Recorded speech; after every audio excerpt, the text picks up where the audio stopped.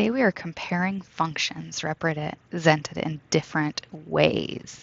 Okay, let's take a look at these. Miguel and Jose set goals for cross-country training. Miguel plans to run 6.5 miles per day until he meets his goal of 39 miles. Jose's plan is shown in the table. Compare the functions of the initial value and rate of change. Then determine how many days Jose has to run, how many more days Jose has to run than Miguel to meet their goals. Okay, so if Jose's is written in a table, we can also create a table for Miguel. So this is Jose, and if I have a table for Miguel, I would start at 0 days. The remaining miles to his goal would be 39. Okay, so X is the number of days, Y is the miles, just like in Jose's.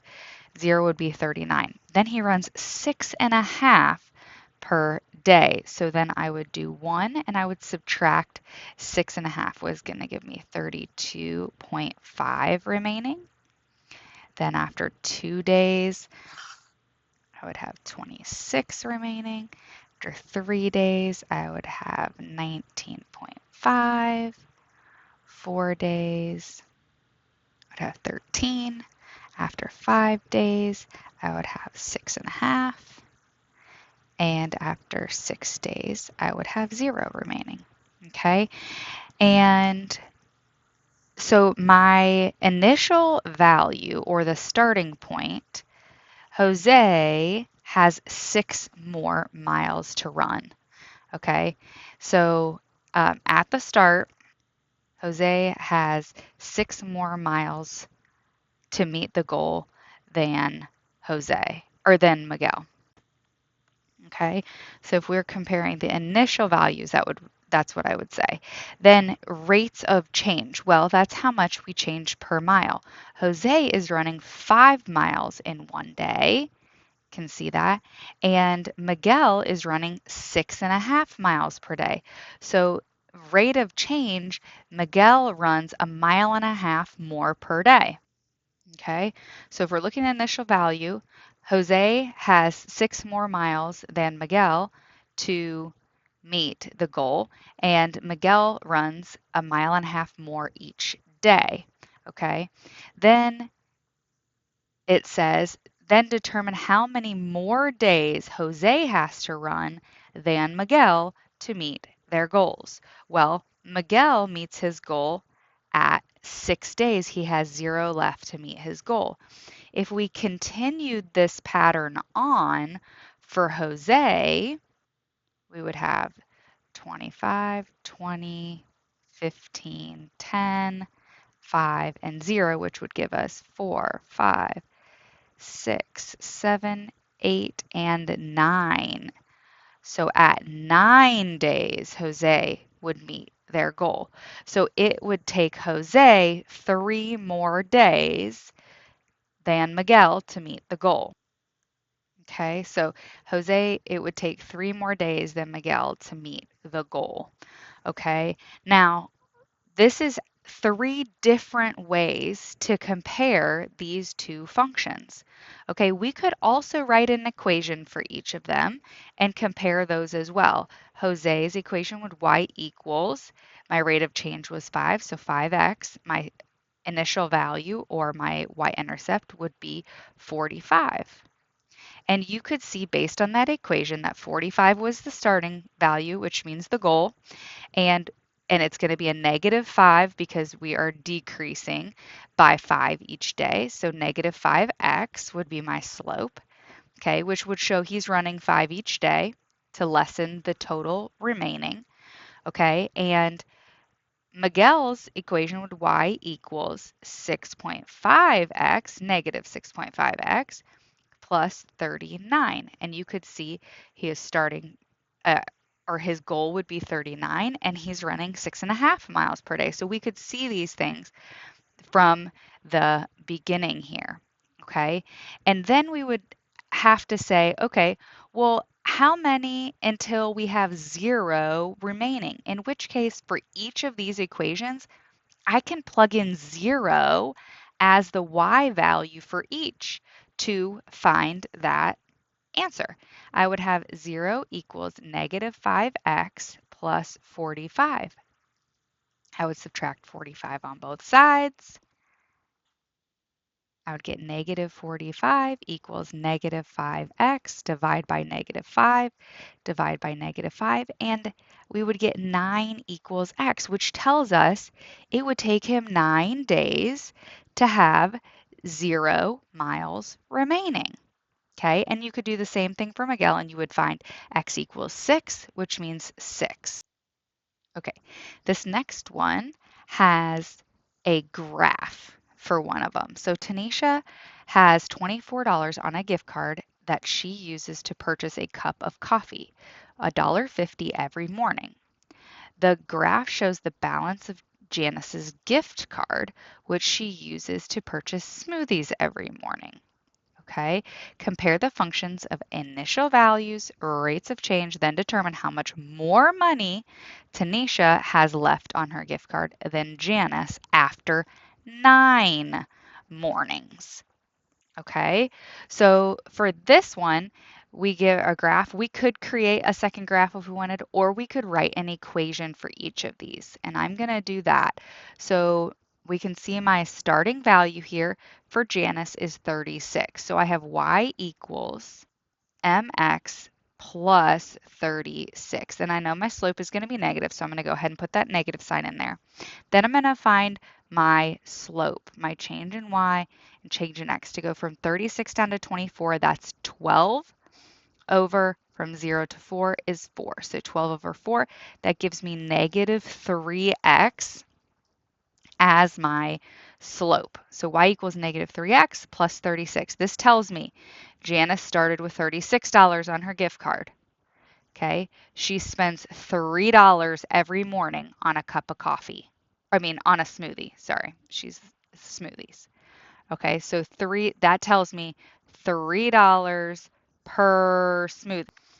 Tanisha has $24 to start. So y equals, and she spends, so we're going to do negative $1.50, 1.5x, and she started with $24.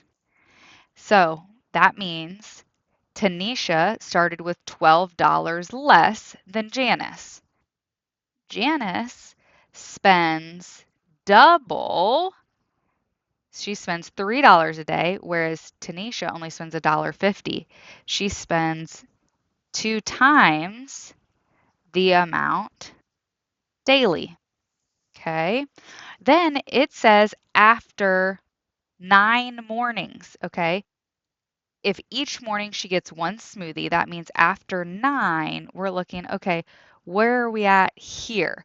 Okay, well, this is my X value, okay, after X cups of coffee. So I'm going to plug in 9 for my X value, and that would be y equals negative 1.5 times 9 plus 24.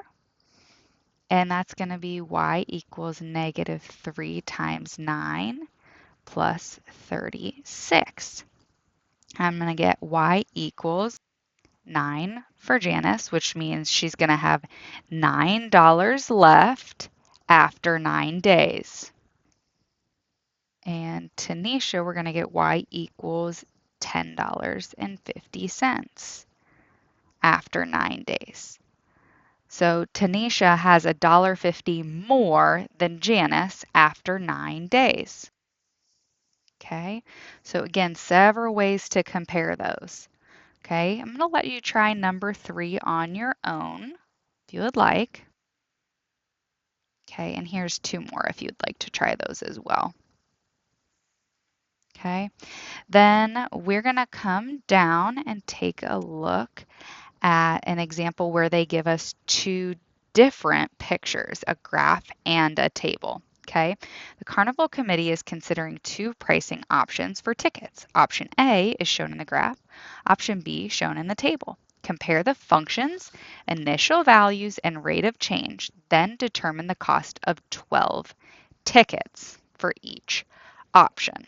Okay, so option A, I'm going to write an equation here. It shows the starting value is at 12, so I have y equals mx plus 12. This is a positive slope, so we are increasing.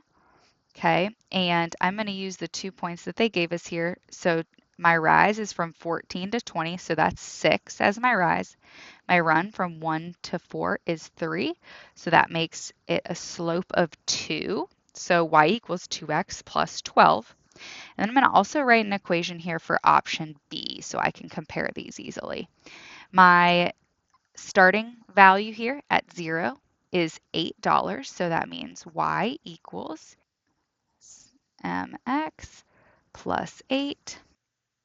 And my slope, or my rate of change, 8 to 14 is 6 over 2.